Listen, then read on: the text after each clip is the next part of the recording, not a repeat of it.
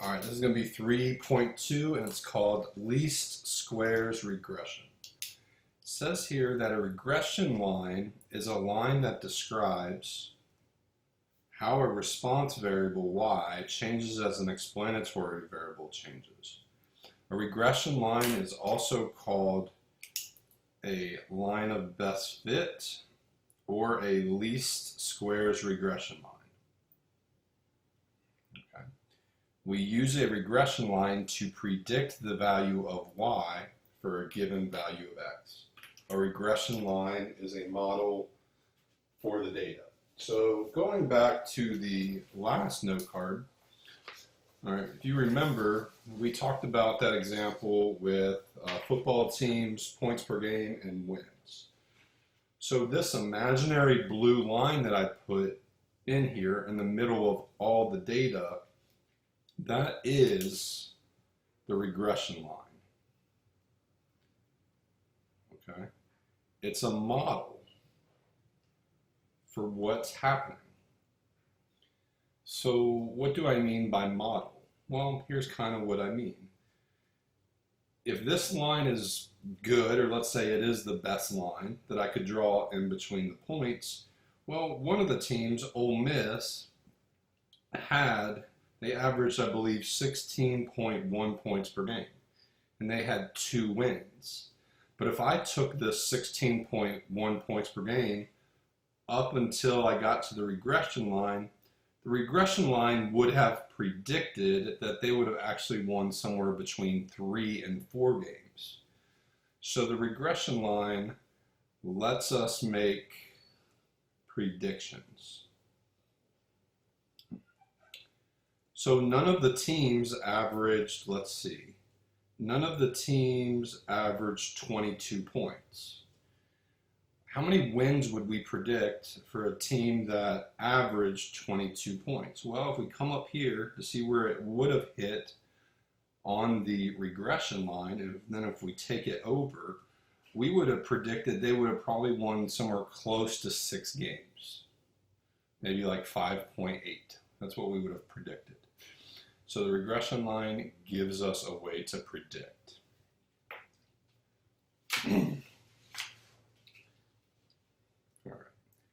So, it says calculating y-intercept and slope. You will never be asked to calculate the equation of this line by hand on the AP test, but it is important that you understand the formulas that are given on your formula sheet. It is much more probable that you will be given a computer output. You'll see what that looks like here in a few minutes. Computer output, you need to interpret the given information. Your calculator will calculate the y-intercept and the slope of a least squares regression line. Okay, so here's the general form. If you remember back in algebra, we are so used to saying y equals mx plus b, or the y value equals the slope times x plus the y-intercept. In statistics, we like to put those terms backwards. Okay, so here, the b1 is next to the x, so the b1 is the slope. We like to list that second instead of first, like it's first over here. M is the slope here. Well, here we call b1 the slope. And we like to put the y-intercept first. Okay, and this y hat just stands for predicted y because it's not the actual y. Going back to the graph example, the actual, like for Ole Miss, 16.1 was the x value. The actual y was 2, but the predicted y would have been slightly more than 3. That's why we call that y hat. This would be the y hat value, maybe about 3.1 or 3.2.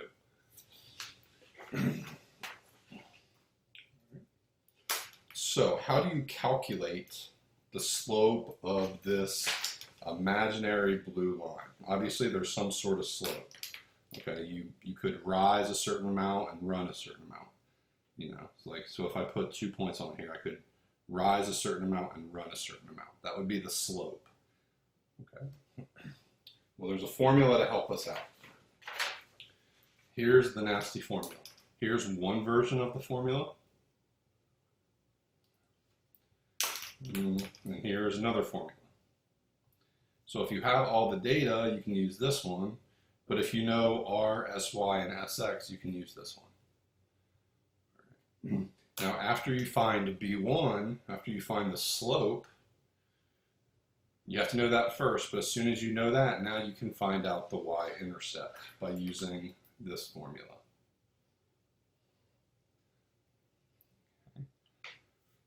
What's most likely going to happen on the AP test, if you have questions about these, remember you'll have the formula sheet, so you'll have these formulas with you. They might give you a couple of the numbers, like they might ask you what B0 is, but they would give you Y bar, X bar, and B1. All right. So here's a very important distinction here. All right. The signs of slope and R will always match. So for instance, if R is positive, then the slope, which we call B1, that will also be positive. If R is negative, B1 will also be negative. So looking at this graph, if you remember back in the previous note card, the R value is about 0.936 for this data. Notice that's positive 0.936. What do you notice about this blue line? It's going up from left to right, so it would have a positive slope. B1 would be positive. Now, it's very likely on the AP test that you're going to have to interpret the meaning of the y-intercept and slope. All right. So it says in algebra, what is a y-intercept? It is the value of y when x equals 0. In statistics, sometimes the y-intercept has meaning and sometimes it does not, based on the calculated value.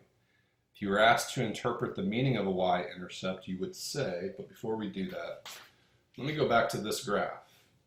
What would the y-intercept be? If I were to extend this line, down,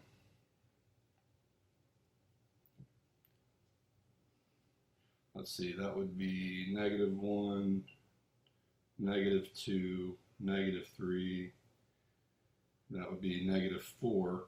So if we were to extend this regression line down until it hit the y-axis, the y-intercept here would be -4. What does that mean in this example? Well, if a team scores 0 points per game, think about this point right here. This has a coordinate value of 0, -4. If the x is 0, if the team scores 0 points per game, this line would predict that they would win -4 games. Now ask yourself, does that make sense? Can a team win -4 games? No, it doesn't. Okay. So this value would not have any real meaning. Sometimes it will, sometimes it will not. Okay, we know that if a team scores 0 points per game, they never score all season, they're going to win 0 games. Okay, so this does not have meaning.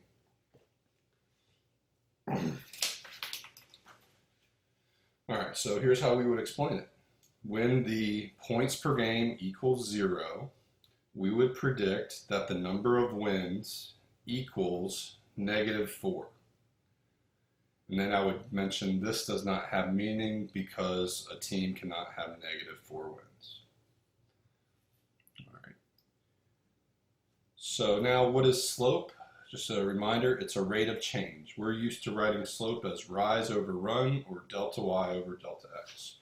So when we look at this blue line, okay, maybe we can estimate it from here. All right. If I go over, let's say I go over from, I don't know, this point looks like it crosses at a nice coordinate value. All right, if we go over 1 unit, how far do I have to go up? Okay, how far do I have to go up? Well, to me, it looks like if I go over 1, I'm going up 1. Or if I rose 1, I'd have to run 1. So to me, it looks like the slope is about 1. The value of it would be about 1, because 1 divided by 1 is 1. All right.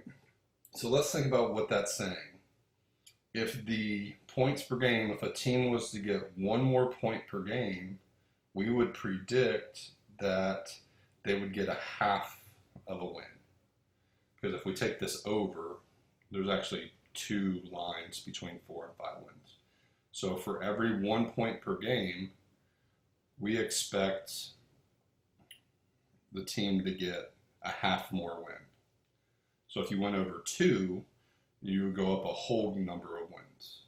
Okay, so I really should have written this as, this wasn't 1, it was actually 0.5.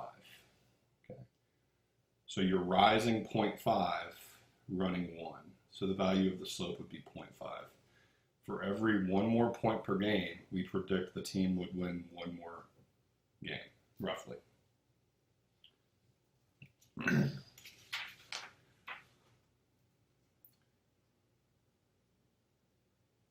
Whenever we have a regression line, this slope always has a meaning.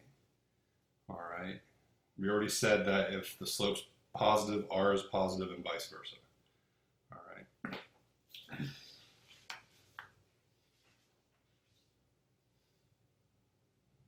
All right. So how do you explain the slope? As the points per game increases by 1 unit, the response or you could say by 1 point, the number of wins is predicted to increase because it went up,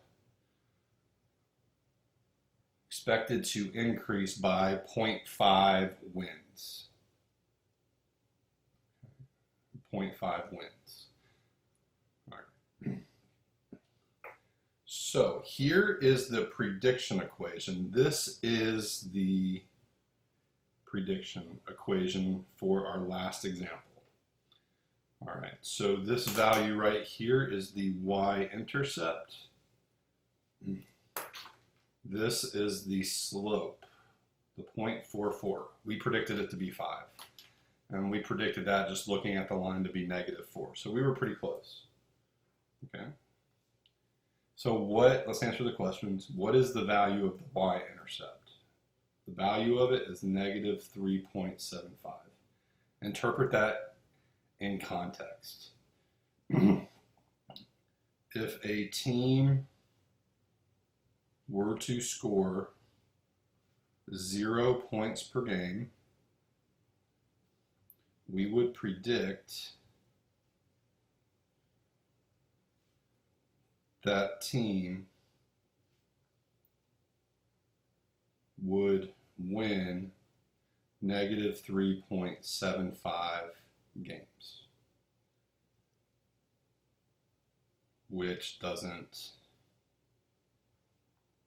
make sense because a team cannot win negative games.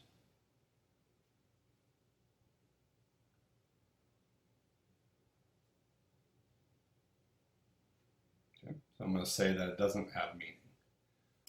So what's the value of the slope? Well, the value of the slope is 0.44. It's positive because there's a plus there over an understood 1. Well, what's the 0.44? That's the delta y. What's the 1? That's a delta x. So it's like a plus and a plus. All right. So what does delta x mean? Okay, this is the points per game, and on the y-axis we put wins. So here's how we're going to interpret that.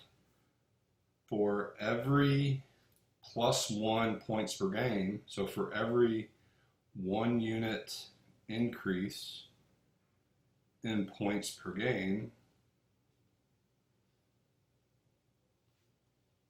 we would predict, you got to say predict because the line's a prediction line, that the x, or the number of wins, that the number of wins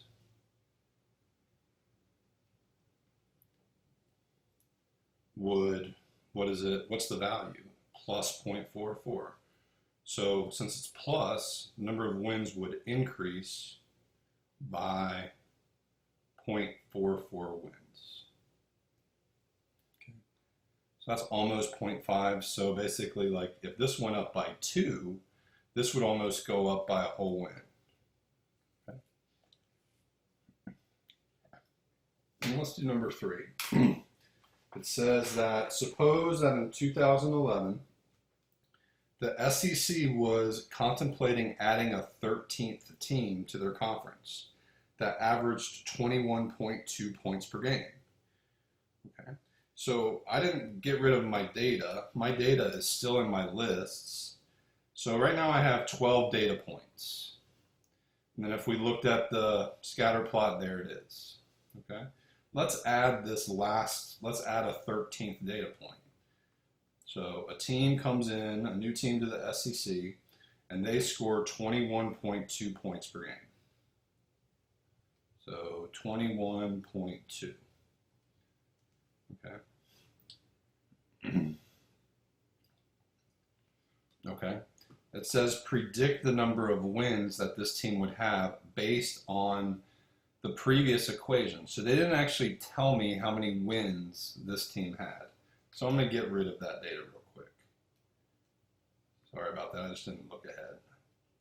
Okay. Sorry about that. So let's actually go back to our regression equation. Here was our regression equation. Regression equation. Wins equals negative 3.75 plus 0.44 times the points per game. All right, so what we're actually going to do here is this is a number of points per game. We could stick it in where that points per game is. So to predict the number of wins, we would do negative 3.75 plus 0.44 times 21.2. Okay, so I'm just going to put that into the calculator. Negative 3.75 plus 0.44 times 21.2. That's about 5.58. So if this team came in, we would predict that they would have 5.58 wins. And what does that mean on the graph? Let's look back on the graph at our prediction line. If another team came in with 21.2, here's 21. 21.2 is slightly more than that, maybe about right there. If you take that up and look at where it hits that blue line, okay, it's about right here-ish. Okay, which is a little bit less than 5.5. Okay, it's a little bit less than 5.5.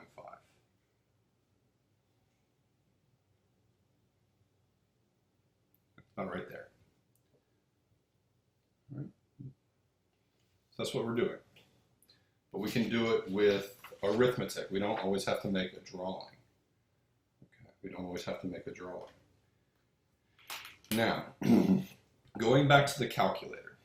Okay, our data was in list 1, list 2, and we plotted our scatter plot. There it is. Okay. Now, let me change the window to match what we did on paper. 0 to 40, and we'll do 0 to 14. So that's what our scatter plot looks like.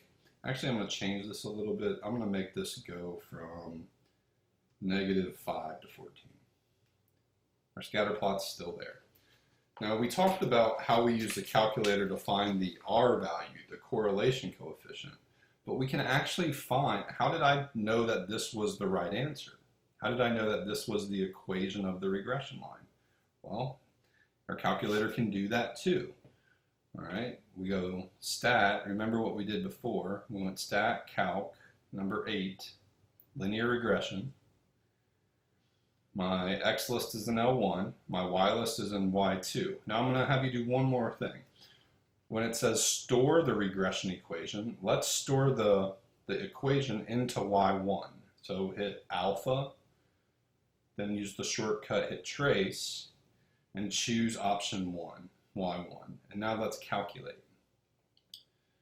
Okay, so what it does here, this wizard tells you A, they call it A here. They call it A the y-intercept instead of B0.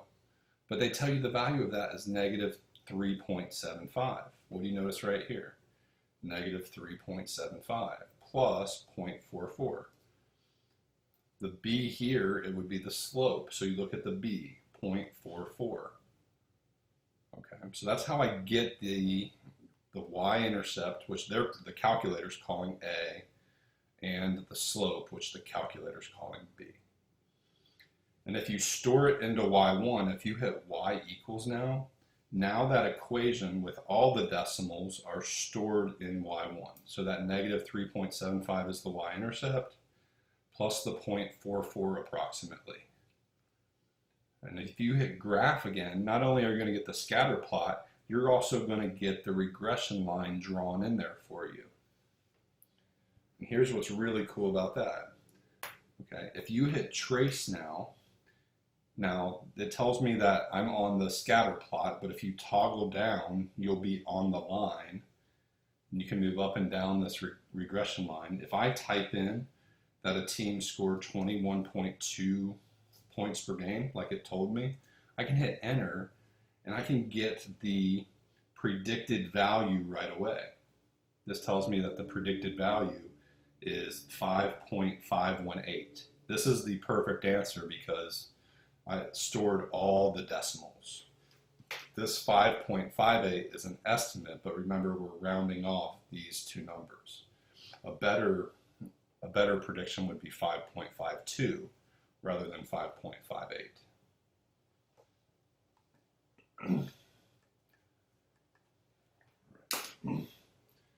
Now let's do another example of linear regression, but this time we're going to use a computer output.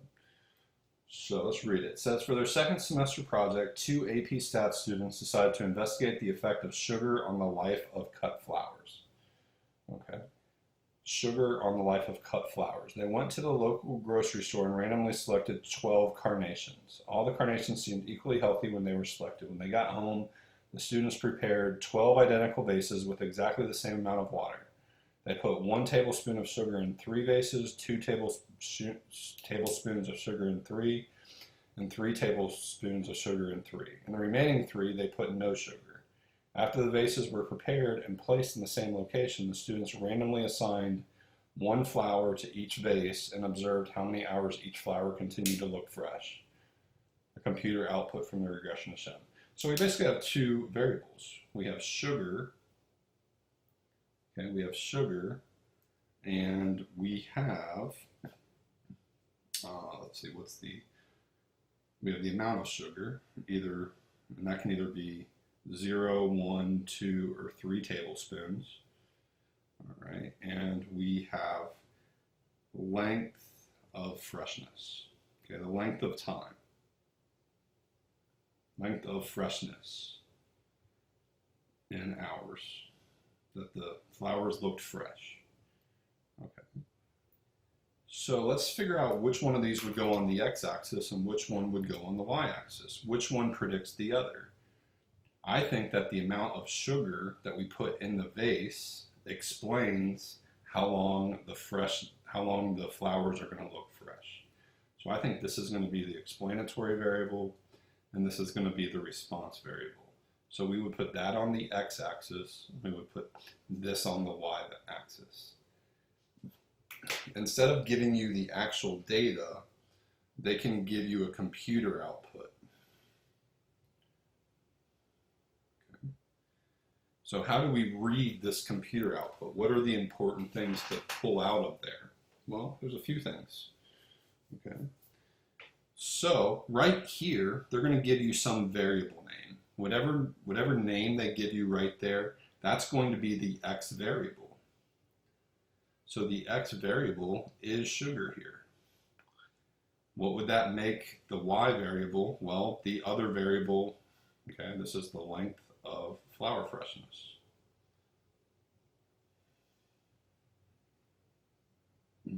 Okay, in hours.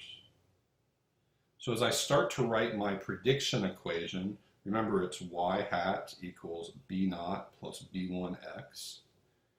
Well, what is y? Y is the length of flower freshness. So instead of writing y hat, I'm going to say length of flower freshness. Predicted. The predicted length of flower freshness equals. Now, where do I locate the y-intercept? Remember, b naught or b0 is the y-intercept. Okay. Well, this is just a number by itself, which we usually call a constant. So to find this thing, to find b naught, next it's going to be the number next to constant. Okay, it's going to be the 181.20.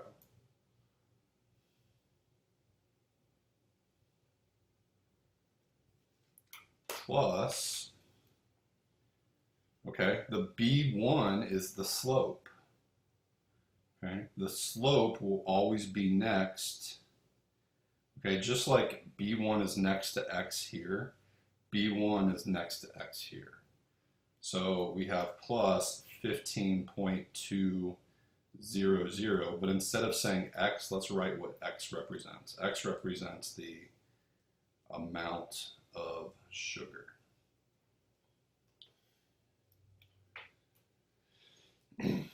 So let's see what we've done. We gave the equation of the least squares regression line, that's this thing, in context. What does it mean in context? I put actual words in here instead of y and x. I need to do one more thing. It asked me to interpret the slope and the y-intercept. So which one of these numbers is the y-intercept? This is the y-intercept. All right. So if you think about this graph, it hits at 181.2. Okay, that's where it hits the y-axis. And it has a positive slope, so it's going to go up from there. So what does that mean? What is the x? On the x-axis we put sugar. So what is the meaning of that? When we add no sugar or zero sugar, when we add no sugar, we predict the flowers would appear fresh for 181.20 hours. That is the meaning of the y-intercept. Now, does that make sense here? Yes, it does, because on several of our vases, we didn't put any sugar. So it does make sense. Okay. Now, what is the meaning of so this is the interpretation of the y-intercept here. That's how we interpret it. When we add no sugar, we predict the flowers would appear fresh for 181.20 hours. Now, what is about this slope, this 15.2?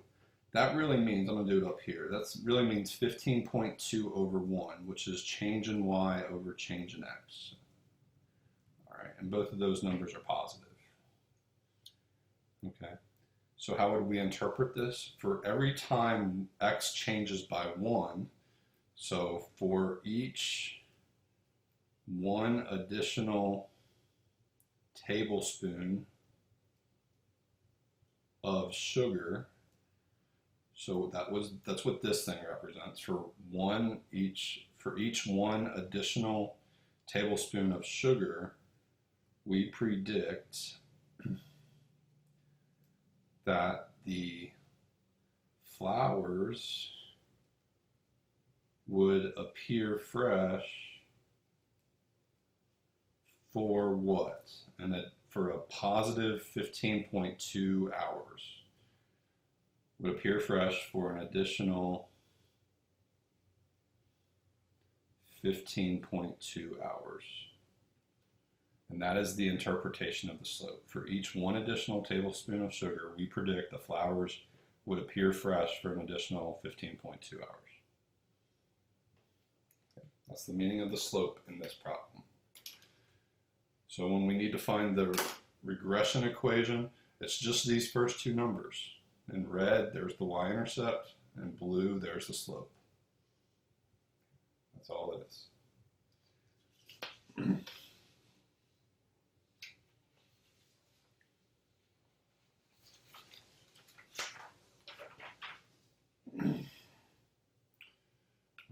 more about prediction. It says extrapolation is the use of a regression line for prediction far outside the interval of values of the explanatory variable. Such predictions are often not accurate. So going back to our football example, here's our football example. The team that scored the least amount of points per game they only had, about 15.8. Okay, Kentucky. That was Kentucky. They had 15.8. And the team that had the most points per game, all right, had this 36 point something. That was Arkansas. 36.8 was Arkansas. So it makes sense if I were to take this down, take this one down, all right, that had a value of 15.8. That was Kentucky. And the one that had the most points per game were Arkansas. If I were to take that down to where it hits the x-axis, then that was 36. Let's see, Arkansas 36.8. 36.8.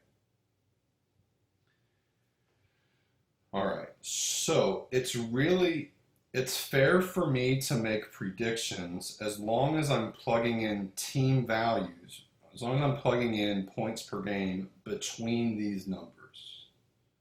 Okay, it makes sense to make predictions for SEC teams if they're between that many points per game. Okay, what that's called is interpolation because it's inside the domain of X. Now, if we had a really weak, another really weak SEC team, let's say we had an SEC team that only scored, 10 points per game. 10 is pretty far away from 15.8, somewhat. Okay, it wouldn't be fair for me to make a prediction for the team that scored 10 points per game. Okay, because what I'm doing is I'm outside of my values that I was given. So if I make a prediction here, then that's what's known as extrapolation. Okay, because I'm extrapolating the line beyond the data that I was given. All right, it can be dangerous to do this, especially if you're really far away. The farther away I get from 15.8, my prediction might not be as accurate. If I had another team here, okay, like a superior football team like Ohio State, all right, it might not be fair to remember, like if this line kept going up, okay, and if you have a team that scores like 60 points per game, even if a team scores 60 points per game, they're not going to win 18 games or whatever it would come out to, okay, because there's not that many games in the season. So it wouldn't be fair to me for me to make a prediction way out here either. So I don't want to really make predictions that much higher than 36.8, and I don't want to make predictions much lower than 15.8. It's not fair to do that. And that's what extrapolation is. All right. So a residual is the difference between an observed value of the responsive variable and the predicted, and the value predicted by the regression line. So the residual is the observed y from the data minus the predicted y from the regression line. So let's go back to our example so you can understand this. Okay. So most of you are probably Alabama fans. That's okay, nobody's perfect. So here for Alabama, this was Alabama. Okay. That point represented Alabama. All right. So Alabama averaged 34.8 points per game, and they won 12 games in 2011. But what about the value? What would the value be if I plugged 34.8 into the prediction line? Well, let's go back to our graph here. Okay, so here was our line. Let me zoom in a little bit. So I'm on my line now. If I type in 34.8, The prediction line says 11.46. Okay, so this right here, the prediction line predicts that Alabama should win 11.46. Predicts that Alabama should win 11.46 games. All right. Clearly, there's a difference here. Alabama actually won 12 games, but our prediction line says that Alabama should have won 11.46 games. Okay, so there's a little bit of a difference here. Okay, the length of this right here is a difference. It's a difference between prediction, there's the prediction, and the observed. Okay, so all of these points that fall above the line, they did better than expected. Okay, if you take their distances, their vertical distance between the point and the line, they did better. The teams that are underneath the prediction line, they did not do as well as expected. And you have some teams that are really close to the line, and some teams that are a little bit further away. Like this one right here is pretty much right on top of the line, that one right there. Okay, and then this one is kind of farther away, this one not too far away. So this distance has a name, the distance between the observed and what would be predicted. That's called a residual. So every point has its own residual. The way we calculate it is we take what was observed, like Alabama's actual. Okay, so in this case, the residual for Alabama,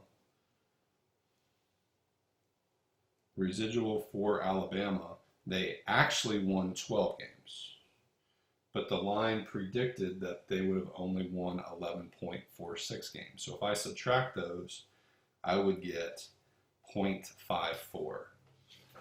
So on the graph, this distance is 0.54 units, okay, or 0.54 wins. Alabama did 0.54 wins better than we expected them to do, based on the other team's data.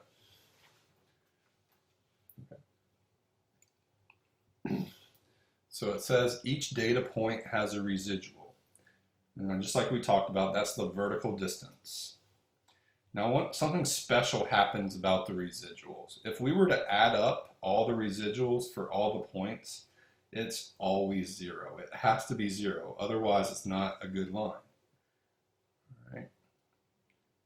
And we'll talk more about this in class, but the best line, the reason why it's called a best fit line, is because it's the line that if I took all the residuals and I squared them, it would be as small as possible. Okay. And you can read this more on your own. But let's actually get into calculate. How do I calculate the residual for each team? And we're going to use our calculator on this. Okay, we're going to use our calculator. So we just did Alabama, right? The predicted wins for them were 11.464. All right. What's the predicted wins for Arkansas? How do I find that? Well, on my graph, okay, if I type in 36.8, Arkansas was predicted to win 12.339.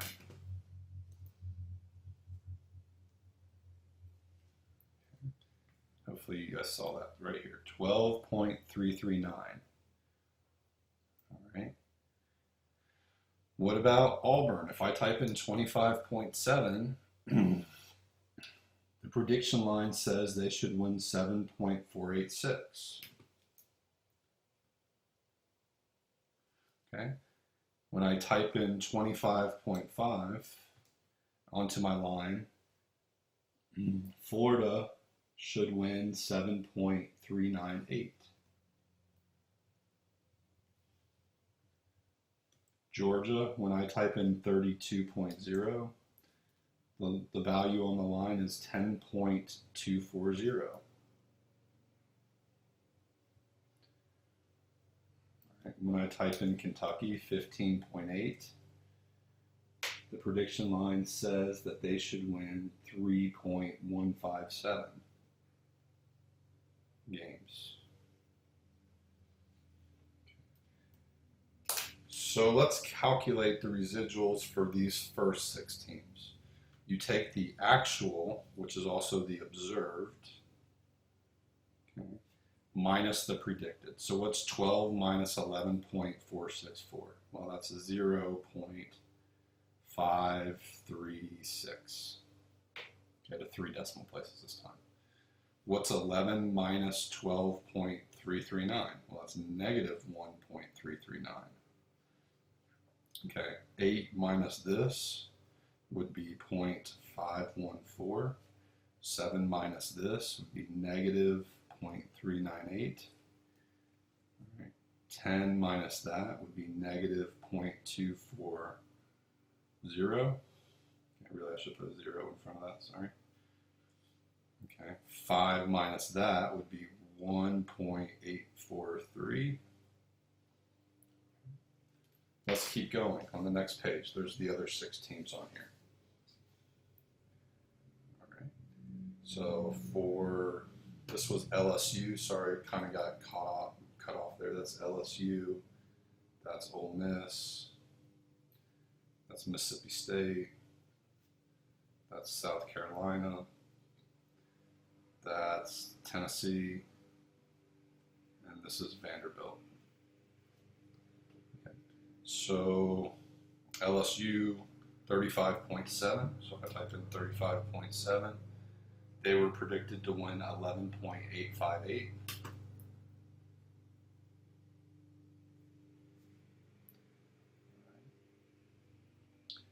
When I type in 16.1, comes out that Ole Miss was predicted to win 3.289. When I type in 25.3, predicted wins are 7.311. When I type in 30.1, the predicted wins are 9.410. When I type in 20.3, it's 5.125. When I type in 26.7, 7.923. If I do my subtraction, actual minus predicted, LSU overperformed. They won 1.142 more games than we expected.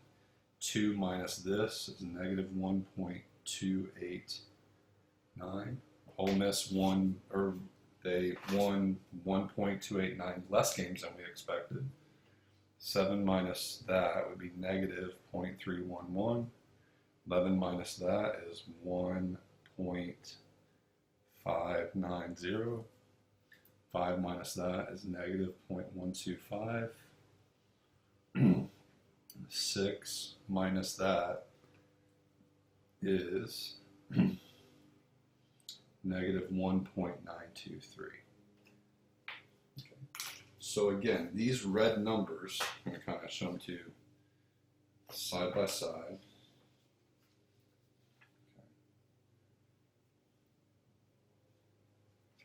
All right.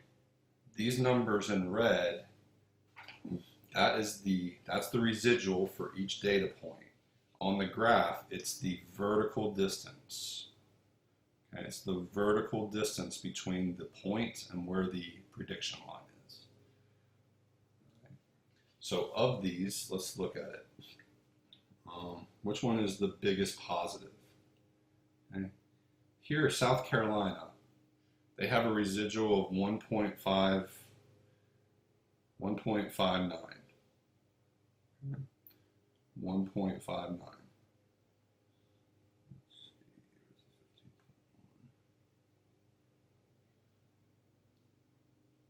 Oh, sorry. Kentucky has 1.843. So looking back at this graph, here was the point for Kentucky right there. Okay. Do you see how big that line segment is? that distance is 1.843. All right, South Carolina had about 1.5. Those were the biggest residuals. Okay, looks like these two are the most negative residuals. Okay, these two. All right. So here, which ones are the biggest negative residuals? Well, it looks like Ole Miss underperformed, all right, and Arkansas underperformed based on their points per game. All right. Now, like I said, the residuals should add up to 0. So if I add these red numbers together, they should come out to equal 0. So let's try it.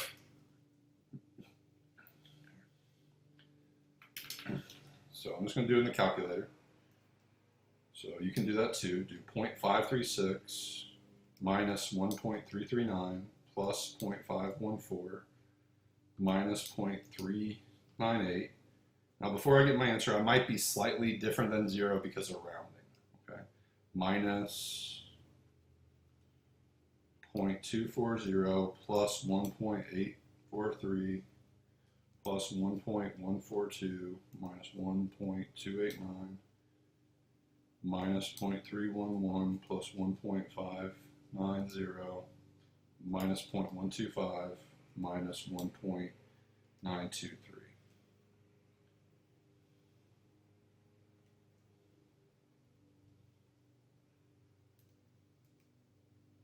And what do you know? When I put all those in, when I add up all those red numbers, all 12 of those red numbers, it gives me 0. It gives me 0.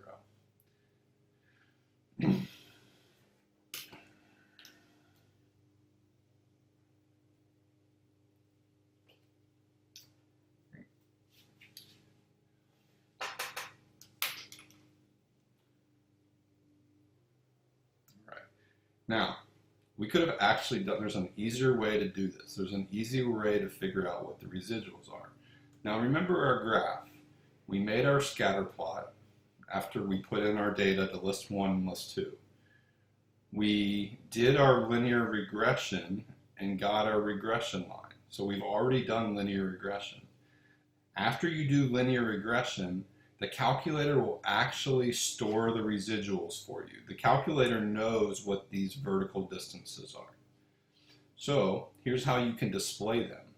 Go back to your list, so go Stat Edit, and up in the title for L3, I want you to display your residuals. Here's how you do it. Go second, and then in blue above the Stat button says List.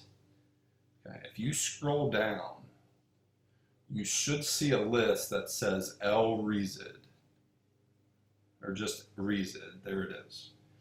Okay. Choose that one, so hit Enter. So when you do that, I'm telling, okay, calculator, in list 3, I want you to display the residuals for me. So what do you notice? This first number, 0.5355, guess what? That was Alabama. That was 0.536. That was its residual.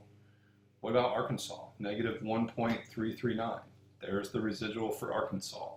So it gives me all of these residuals for every data point. Okay. This list shows me the residuals. Okay. It shows me the residuals.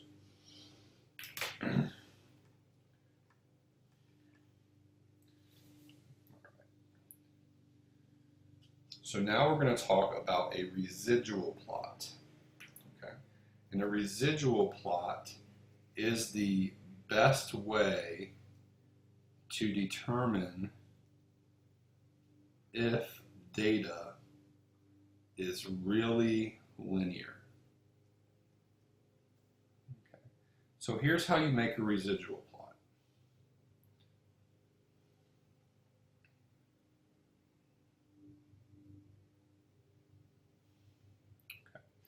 So in our points per game, okay, our points per game, it pretty much started at 15. Okay, the team that scored the least amount of points had 15 points something. So 15, 16, 17, 18, 19, 20, 21, 22, 23, 24, 25, 26, 27, 28, 29, 30, 31, 32, 33, 34, 35, 36, 37, 38, 39, 40. Okay. So on this axis is still the x value. So this is still points per game. But since this is called a residual plot, instead of putting wins up and down the y-axis, we're actually going to put the residual values. Okay. So looking at some of the residual values, some of them go up to about 2. Okay. Some of them go up to about 2. Some of them go down to about -2. All right. So I can put maybe like +1 there, +2 there, and I can, I can subdivide it a little bit more. So I can subdivide it by 2/10. Each tick mark is 2/10. I can do the same thing here. 2, 3, 4. That's -1.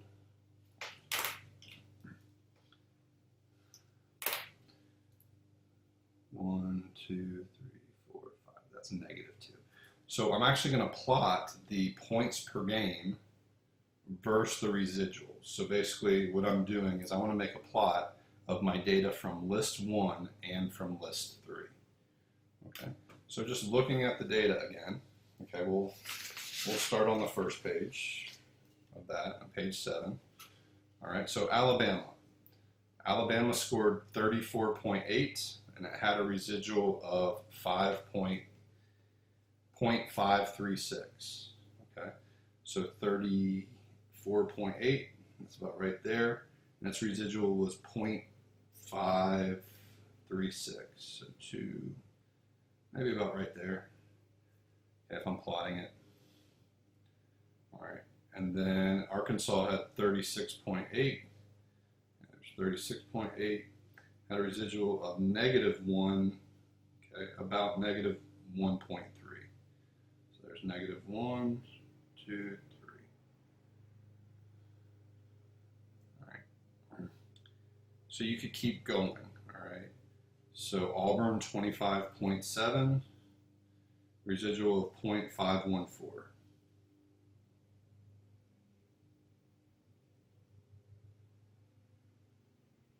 So that's about right there.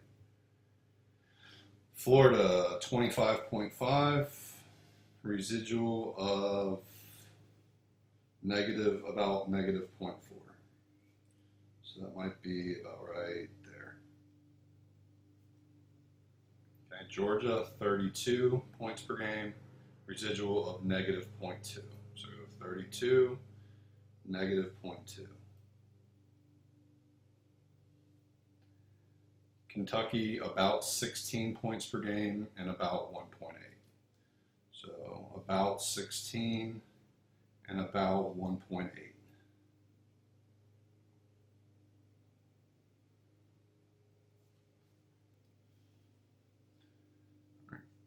So we plotted 6 of the residuals.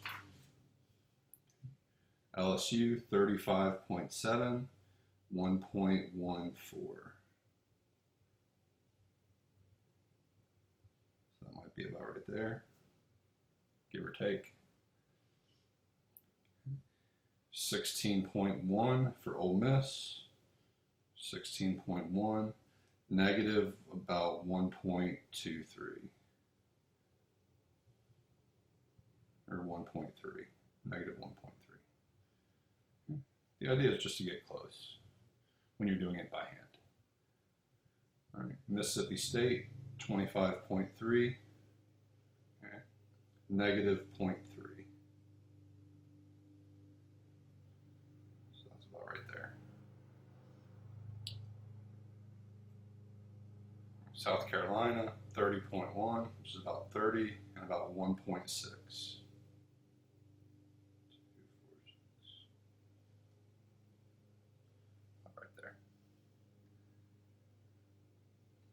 Tennessee 20.3, negative 0.125. 20.3, negative 0.125, which is very, very close to 0. And not even a tick mark down. Bandy 26.7, 26.7, negative 1.923, which is almost negative 2.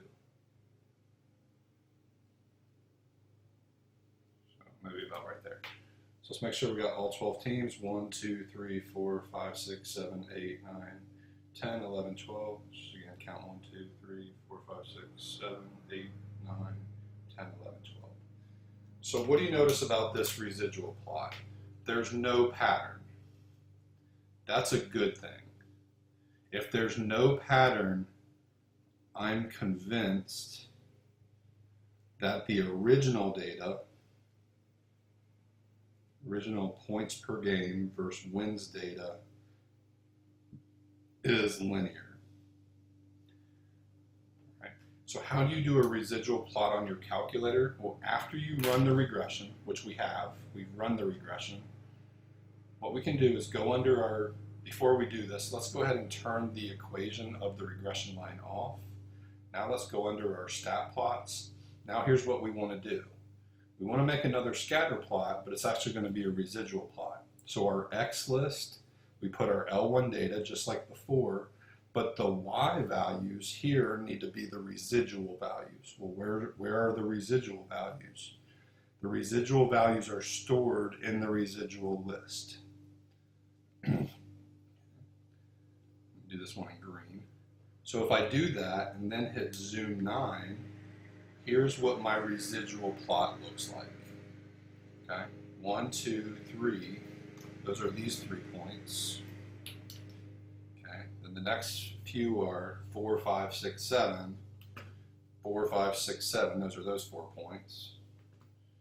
All right, 7, 8, 9, 10, 11. 1, 2, 3, 4, 5, 6, 7. 8, 9, 10, 11, 12.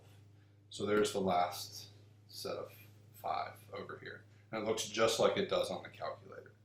Again, what we're looking for in a residual plot is we're looking for no pattern. Okay, we want some above, we want some below.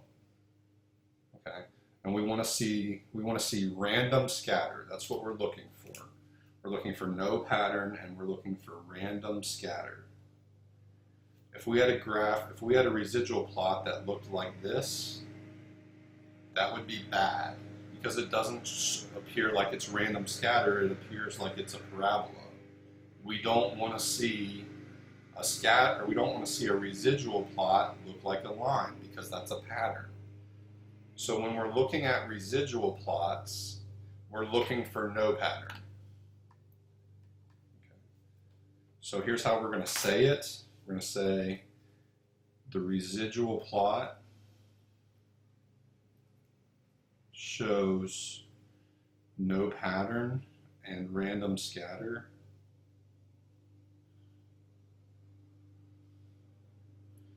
Therefore, we have confirmed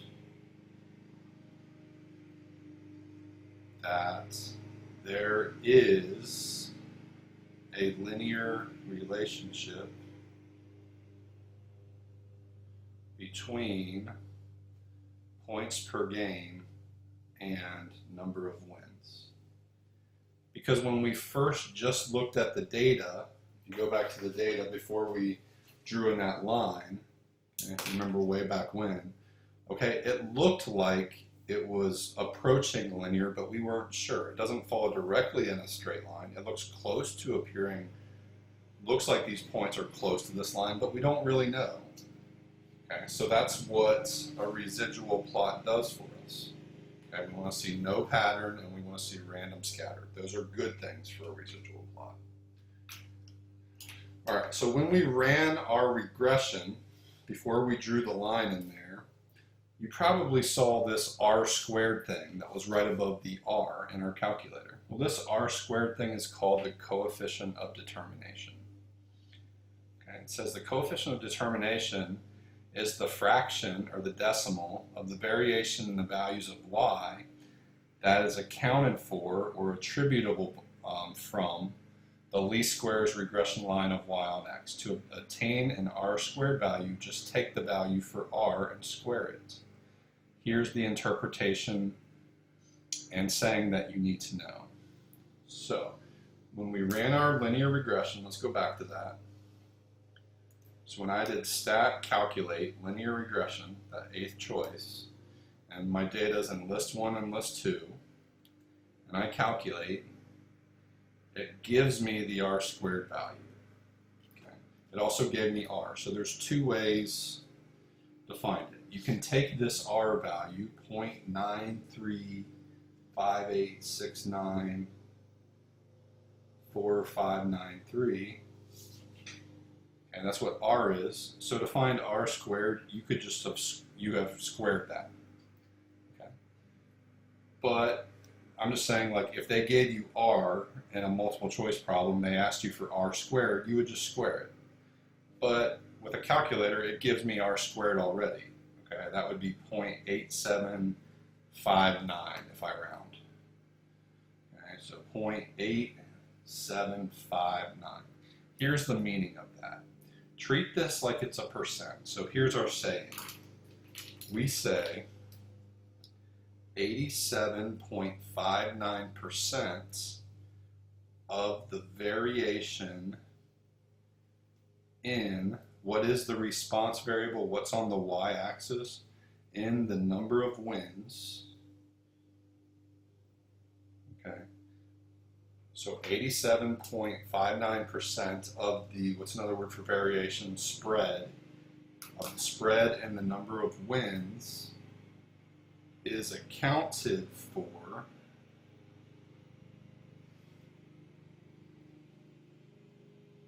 by the linear relationship, okay, by the linear relationship with what is the explanatory variable, points per game.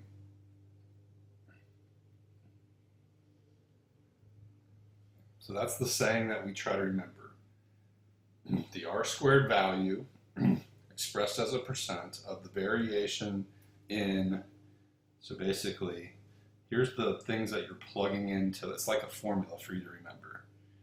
87.59% of the variation, the number of wins is accounted for by the linear relationship with the x variable,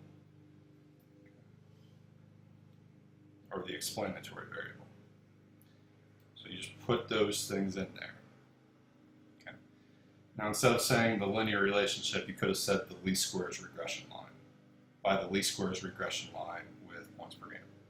That would have been fine too. So that is the meaning of r squared. So what does that really mean though?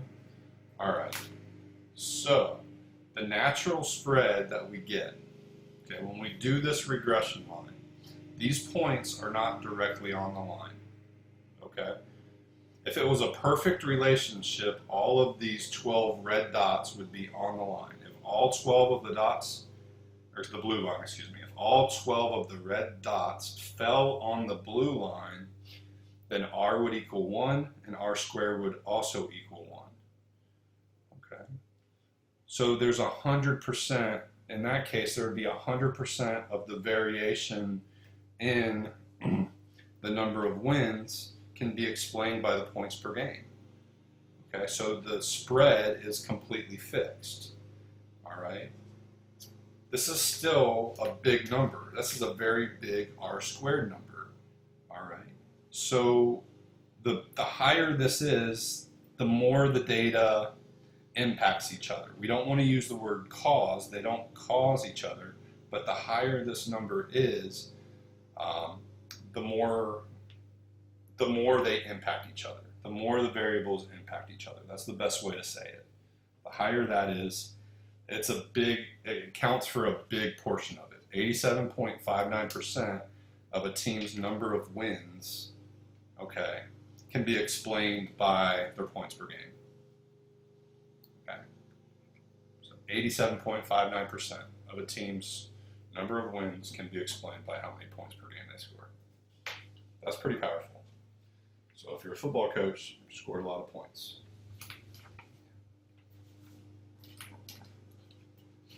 All right. So on to the last page of this section. It says an outlier is an observation that lies outside the overall pattern of the other observations. Points that are outliers in the y direction but not the x direction have large residuals. Other outliers may not have large residuals. Okay. So let's think about what that's saying. Outlier is an observation that lies outside the general pattern. So if here's my scatter plot, okay, if there's my scatter plot, a number is an outlier. This is the general trend. What about if we have another one that's right here? Another point that's right here. So generally, here's our least squares regression line. It's got a bigger residual than all these other points. Okay, it's got a non-typical residual. It's got a non-typical residual. All right. That's what this is saying. In the y direction, have large residuals. Other outliers may not have large residuals. Just depends. All right. So an observation is influential, sometimes referred to as an influential point for a statistical calculation, if removing it would markedly change the result of the calculation, most notably the equation of the regression line. Points that are outliers in the x direction of a scatter plot are often influential for the least squares regression line. So if we have some data like this, like kind of before, this would be considered an outlier. Okay, it would be considered an outlier. But if you have a point, okay, let's say you have a point way over here, okay, like a genius, you're measuring intelligence or something, all right, and you draw your, all right, if you didn't consider this point, imagine that without it, we could draw the regression line kind of in the middle of those points. But when we take this point into account, it changes the regression line so the slope isn't quite as steep anymore. And it might even move the y-intercept a little bit, but most notably the slope. Okay. What's happening here because of this, imagine this line went up higher, it would have a residual, but it would have a negative residual, so a lot of these smaller positive residuals have to make up for that negative residual. So that's what caused the regression line to move down. It can't be as steep anymore. So if the regression line changes big time, if the regression line changes big time, I know that's not very technical, then a point is influential.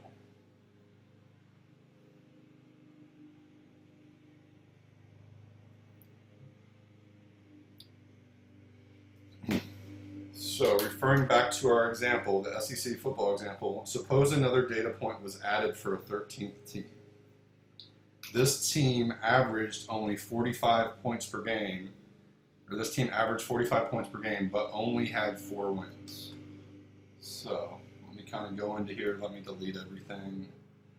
Let me go under my list here. Let me get rid of list 3. Let me get rid of my regression and my residuals.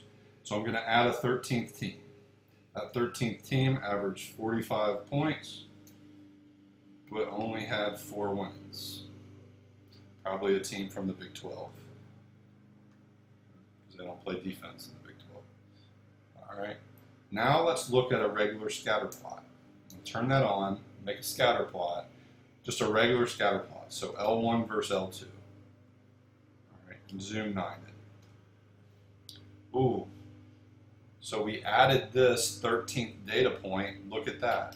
Okay, it's way below what we expect, and it goes over X. So this might be an influential point and an outlier. Okay, now let's run regression on it. Okay, let's run regression. So before I do that, let's go back to the old data. Let's remind ourselves what it was when there were 12 teams. So when there were 12 teams, I'm going to have to find it what did we have? We had the correlation coefficient, R was 0.936, R squared was 0.876, and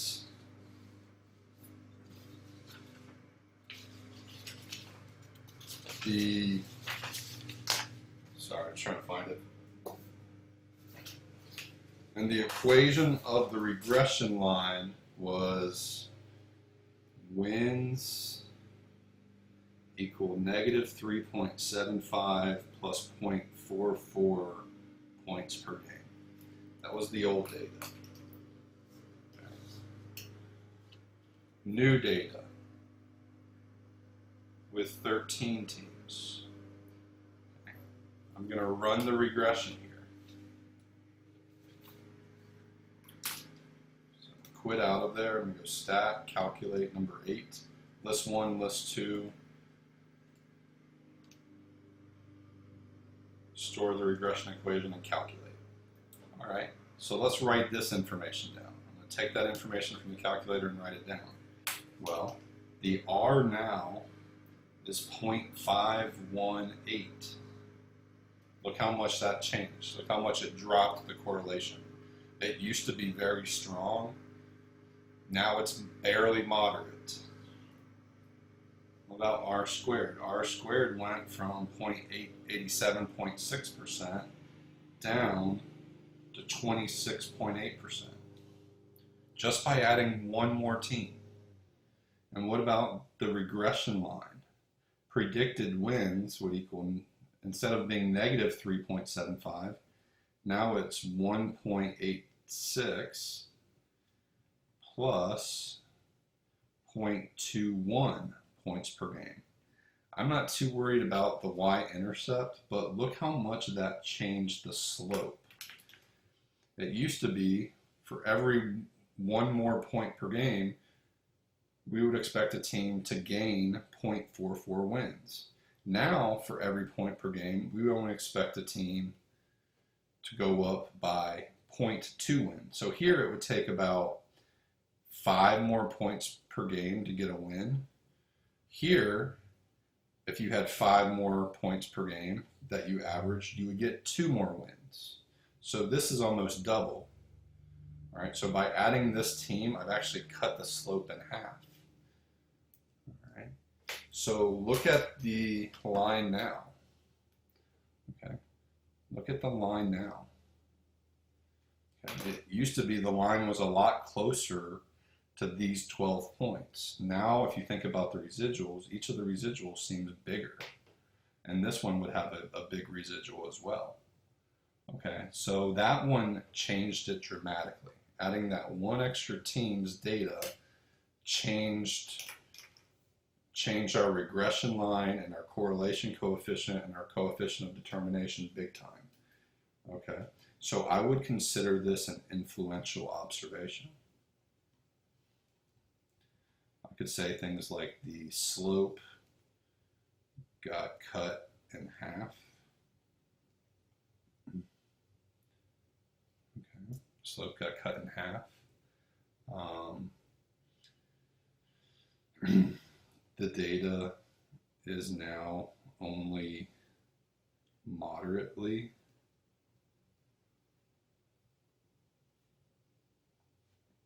okay. The data or the relationship now only has a barely moderate strength.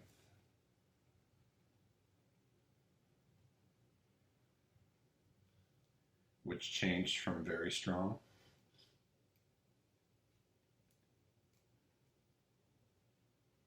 Okay, so that there's a big impact. Adding that one extra team changed it dramatically. So I would consider that an influential observation. Now, what about if it didn't go down by that? What about if it went from like 0.44 down to like 0.38? And maybe this went from 0.936 to 0.82. That's not as dramatic. So in that case, it's all a judgment call on your behalf, but outliers will change the values, but not this extreme. Okay, outliers will change them a little bit, but not that extreme. That's how you decide. So I'm not going to read the bottom part of this to you. It's just general and complete steps about bivariate data, how you do it in the calculator, and what you need to think about. So just read that on your own. Guys, I'm sorry this video took so long. It is important. Linear regression is a major topic on the AP test. So you need to feel really, really comfortable on writing the equations but more importantly, understanding the concepts associated with it. So video is long, but when you need help, go back and watch the parts that you struggle with, make a list of questions, and bring those into class with you. I appreciate you watching.